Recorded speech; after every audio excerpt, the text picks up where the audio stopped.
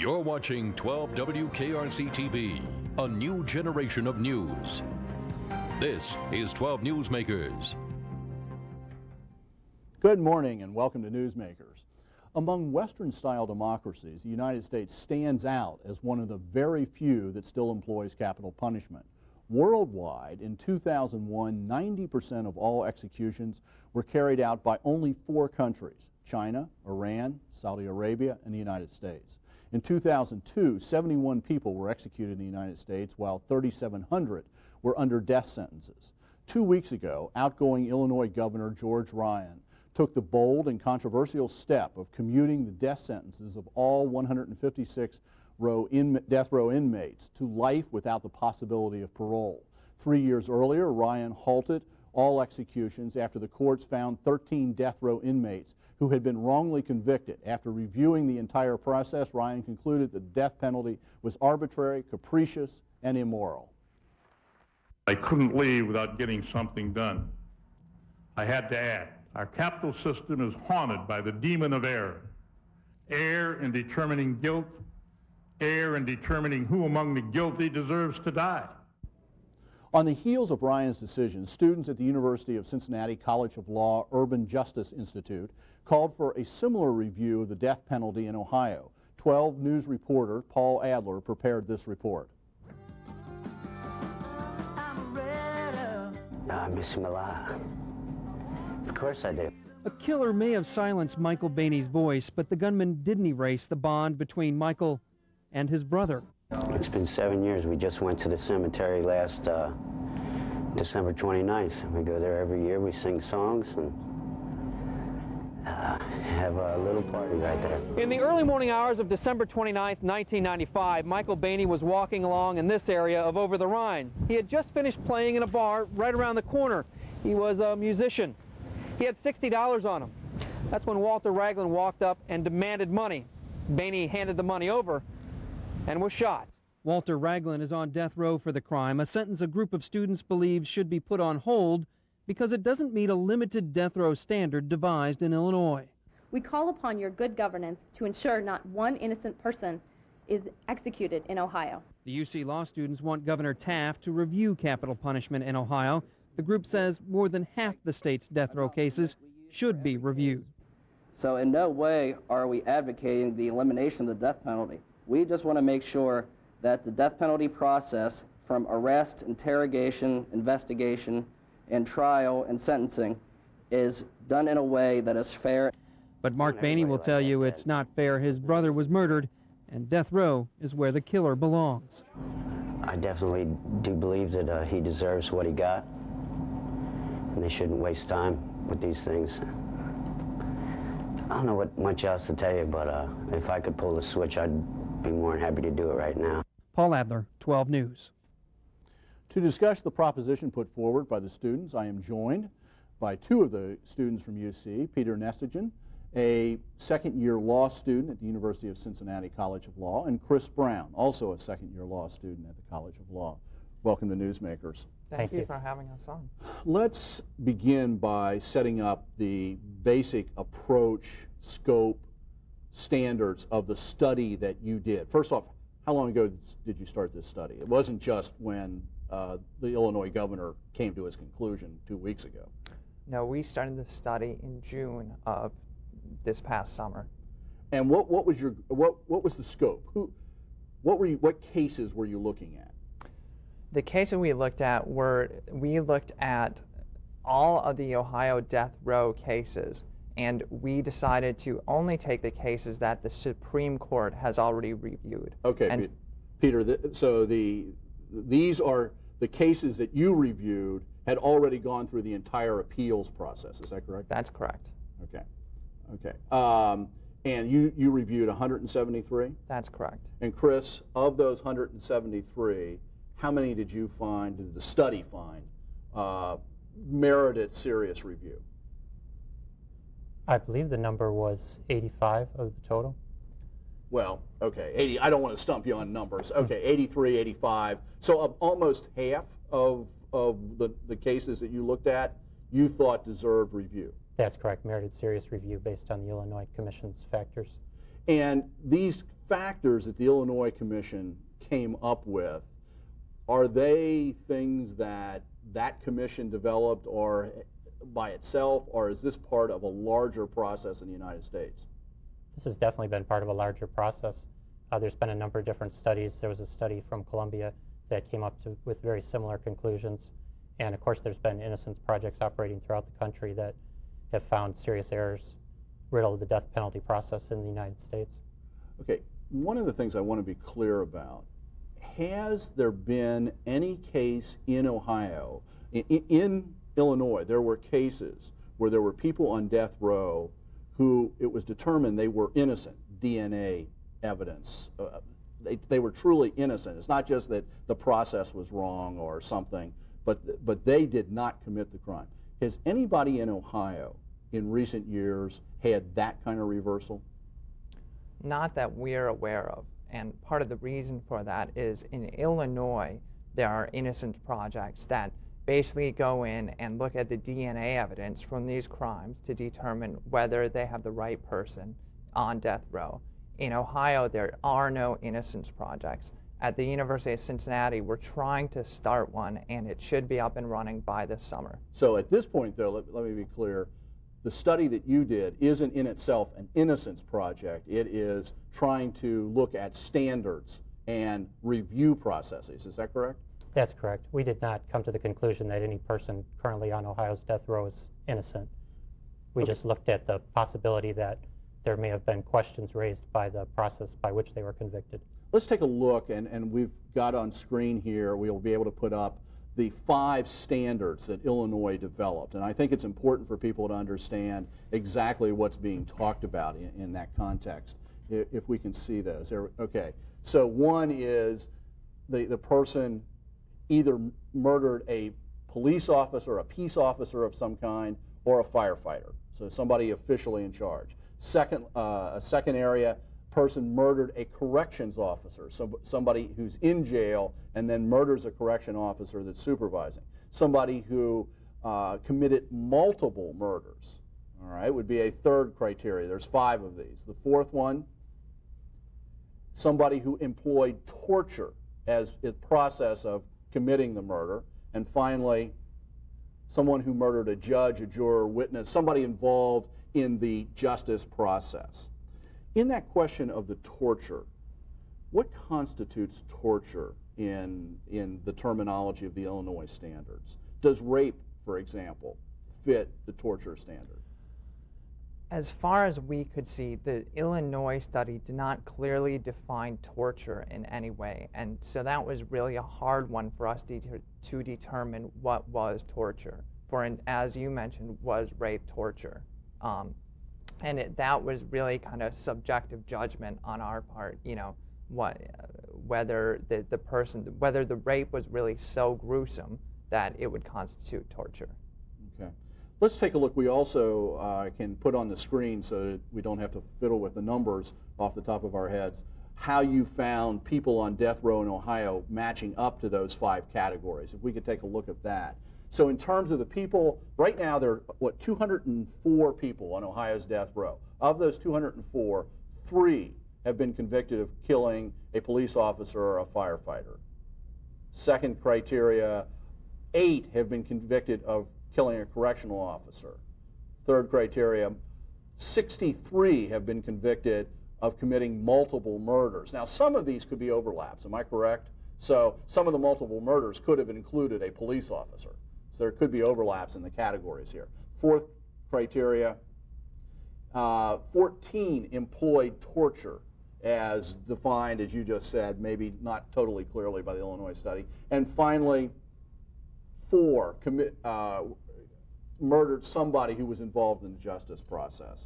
So of all of those, you put all those together, of the 173 you reviewed, I think you said, just so we don't have to get strung up on numbers, 85 of the 173 fit those categories, right, and therefore seem to be eligible. Those people are eligible for the death penalty, yeah, under these 5 factors. The others in your 83 didn't fit any of these categories?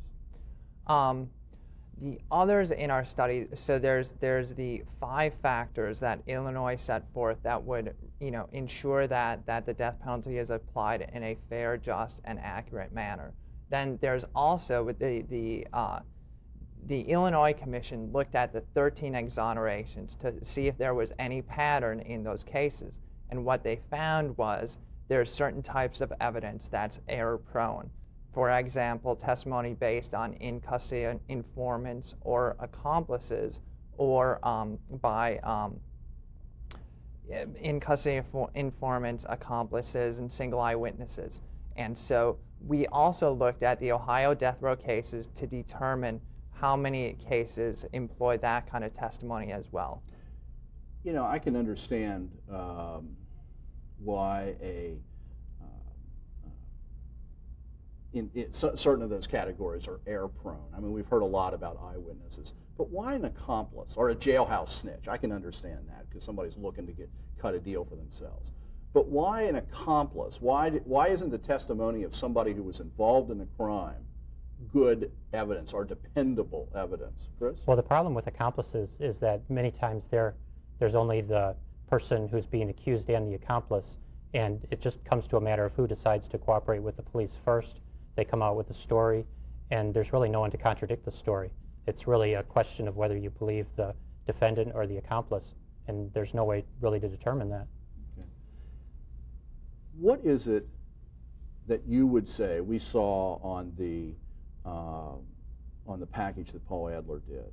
We saw Mark Bainey responding to the announcement of your study, and the brother of a victim.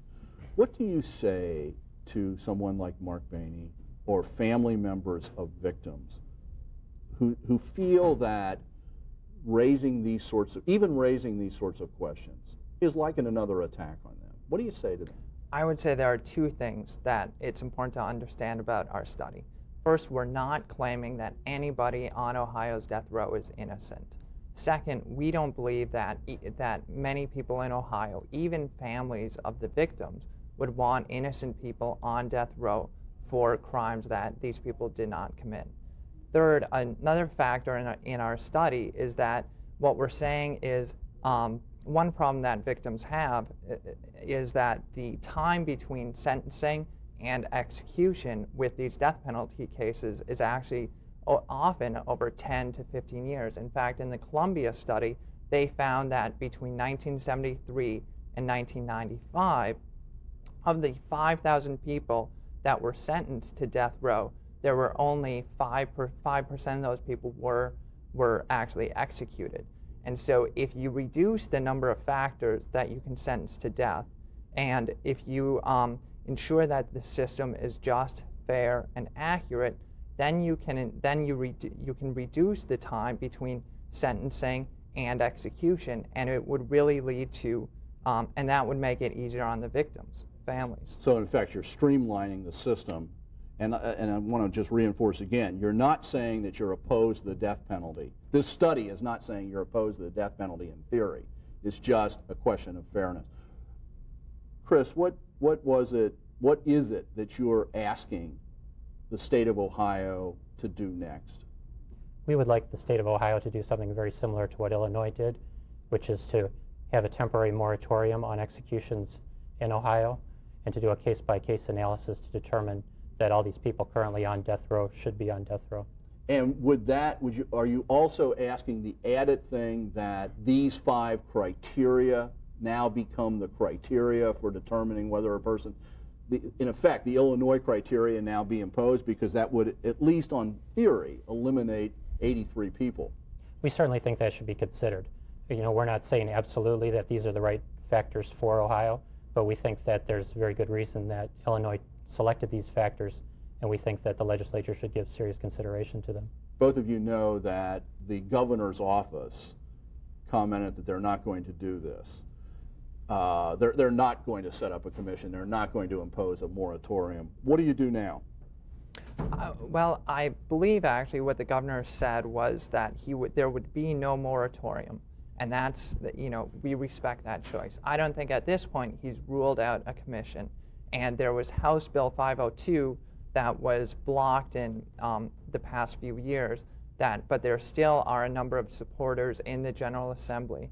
And so we hope that the General Assembly will consider bringing up House Bill 502 and considering a commission. We have less than 30 seconds or less than 45 seconds left here.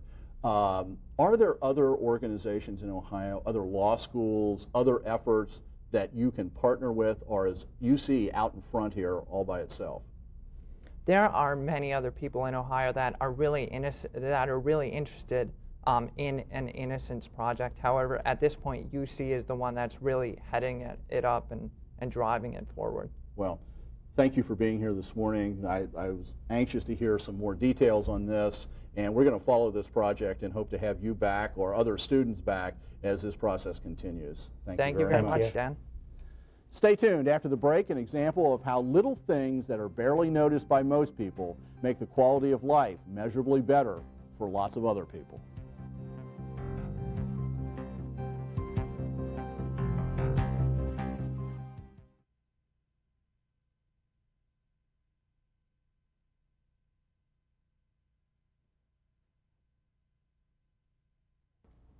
Welcome back. The Inclusion Network was founded to help Greater Cincinnati recognize and support the inclusion of people with disabilities into the full life of the community. For the past 8 years, the network has recognized organizations and individuals who have made a special contribution to this goal. This year's awards ceremony will be on Thursday night. Those being recognized this year include for their efforts to create inclusive workplace, Provident Bank. From the field of religious organizations, Temple Shalom of Amberley. In the area of education, the School for the Creative and Performing Arts in Cincinnati State, who are being jointly recognized for their interpreter training program. And in the area of community contributions, the new Kroger store in North College Hill. And this year's Outstanding Individual Awardee, David Rumkorf, who is a longtime friend, and I want to send my congratulations to David. To discuss this year's Inclusion Awards, I am joined this morning by Pat Gutsell, the co-director of the Inclusion Network, and Keith Eve, the manager of the North College Hill Kroger store, which opened last summer.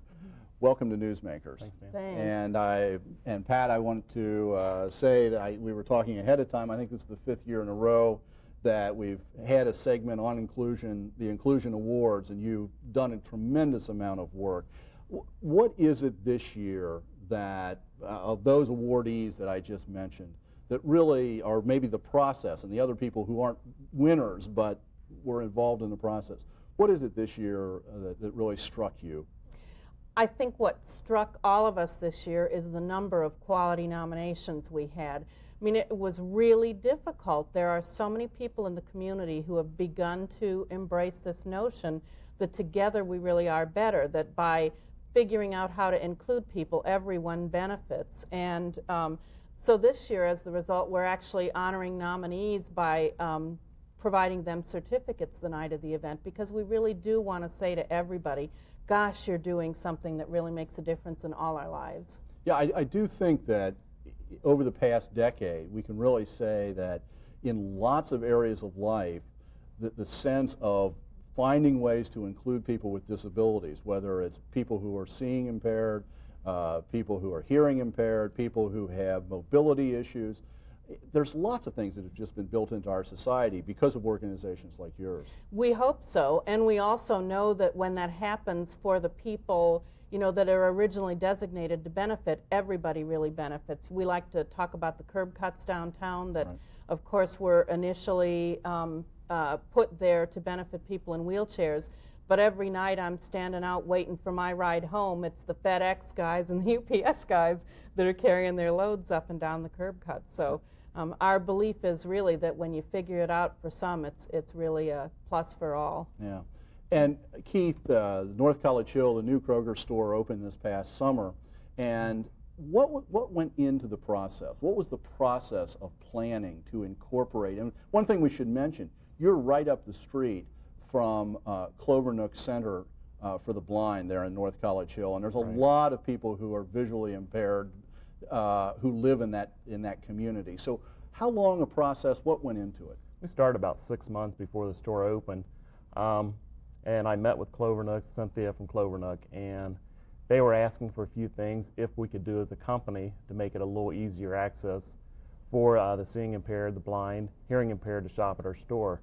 And after the conversation with her and getting with our facility department, most of the stuff was pretty easy to do. And like you said, most people don't notice a difference in the store, but for the seeing impaired or blind, it's a big difference. You know, one of the things that we did yesterday, we were out at your store and took some video, and I'd like to roll some of that video and we can talk through it, because it really is the case where most people aren't even going to notice. This is the outside of the store, of course, and the snow's on the ground. Not the best day for people to be walking around. Some of the things, like what do you see right here? Okay, that's the sidewalk we put in, the brick sidewalk, to make it a little easier. If you're blind and walking with a cane, that you can feel your way to the store. And that sidewalk goes all the way down the street, ultimately all the way to Clovernook. Is that correct? It goes all the way. There's 3 entrances going into the store that it goes across, and just kind of helps them guide their way into the store. And then inside the store, something that I don't think most people would notice, the carts are in a different place. Right. We reverse the cart corral to make it a little easier for when they're coming in, that there's no obstructions in their way getting to the store. We have our carts coming in the opposite side of the door so they don't get in the way. So the carts aren't scattered. Right. And then inside the store itself? We keep the aisles clear. They're wider aisles. We keep them clear. So no point of sale contacts in the middle of an aisle. Right. We just re-merchandise things to make it a little easier. And the big thing, we lowered the signs to make it a little easier to see, and we made them black with white lettering. So that they're easier to read for people who had vision problems. Vision impairments. And finally, you've trained employees, right? Yes. We've got quite a few employees. Cynthia from Clovernook actually came down and helped us and trained them, show them how to make it easier to help people shop, to guide them around the store, and actually when they check out, to make it a little easier for them. I can surely say that's the case too. This store happens to be near my neighborhood, and of course when I heard about it I went and checked it out, and there are a lot of neat things. The texture difference from your entranceway to actually getting into the store is really nice, and not all the stores have that plus. And then the staff have just been terrific. The checkout staff really have learned what you all provided for them. You know, one of the things is Kroger store in North College Hill, like every grocery store, puts out weekly ads. So the problem is, how do the visually impaired, and one of the things you've done, and I'm going to hold this up, and I know it's a little bit hard to see because it just looks like a piece of white paper, but this is the same ad in Braille. And there we go, we can see a close-up. Clovernook is one of the largest manufacturers of Braille print in the United States, as I understand it. They are. So Pat, if I hand you this, can you tell us what's on sale this week? Well, let me turn it right side up there first. You go, what do I know? Well, I noticed that there's a whole bunch of candy bars on sale. There's baby back pork ribs on sale, and those are $2.99 per pound with your Kroger Plus card. And there's Bake Refresh raisin or cinnamon bread, which is 2 for $4. And there's Healthy Choice or Kroger dinners. Okay, we're not going to turn this into an ad for Kroger's. But the point is, this is the sort of little help. What about for people who have hearing problems? We added a TTY machine. And what is that? That's if you can see but can't hear, you can type into this machine, and we can actually hook a phone up to it, and they can read back if they need to call somebody or have questions. Okay. So, and I want, one of the things that I wanted to end that little video with is the people, and we might have slid over that, because besides all the physical changes of something, it's really attitudes, and that's something all of us can get involved with, right, Pat? Absolutely, and that really is the great plus of that store. I mean, the people who are behind the counters, behind the meat counters, I've had a lot of opportunity to interact with those folks, and the folks in the checkout lines that make sure that you know their name, because you wouldn't necessarily see the name tags that other people do. Those are real pluses. You really do have connections with the staff at that Kroger's. It's great. And we have less than 30 seconds left here, Keith, but from your non-disabled customers, any complaints about any of these changes? Not at all. I've had a couple people ask about, like, reversing the Bass Cart Corral. You explain why you did it, and they think, oh, that's a great thing. But most people have no idea what we've done. except for the disabled that come in or visually impaired. Okay. Well, thank you very much for being here. Thanks for having us. And thank you for doing the Inclusion Awards every year, and good luck, and I hope to see you again next year. Well, thank you. Okay, so right there.